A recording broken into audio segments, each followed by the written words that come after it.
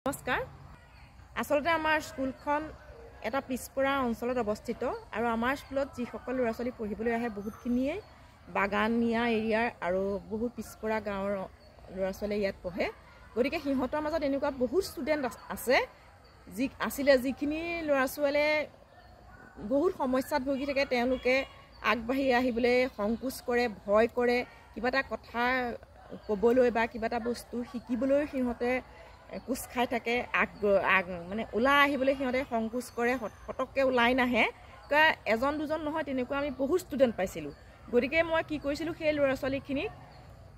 একত্ৰিত কৰিছিলোঁ আৰু তেওঁলোকক গ্ৰুপ বনাইছিলোঁ গ্ৰুপ বনাই সেই গ্ৰুপত একোজনকৈ লিডাৰ চিলেকশ্যন কৰিছিলোঁ আৰু এই লিডাৰৰ জৰিয়তে তেওঁলোকক কিছুমান কুৱেশ্যন দিয়া হৈছিলে কুৱেশ্যন সোধা হৈছিলে আৰু কিছুমান তেওঁলোকক কাম কৰিবলৈ দিয়া হৈছিলে এই সকলোবিলাক কাম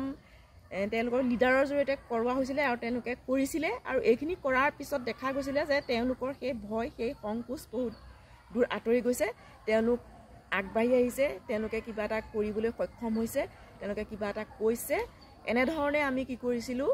সেই সমস্যাটো আমাৰ স্কুলৰ যিখিনি ল'ৰা ছোৱালী সেই ল'ৰা ছোৱালী সেই সমস্যা দূৰ কৰিবলৈ আমি সক্ষম হৈছিলোঁ ধন্যবাদ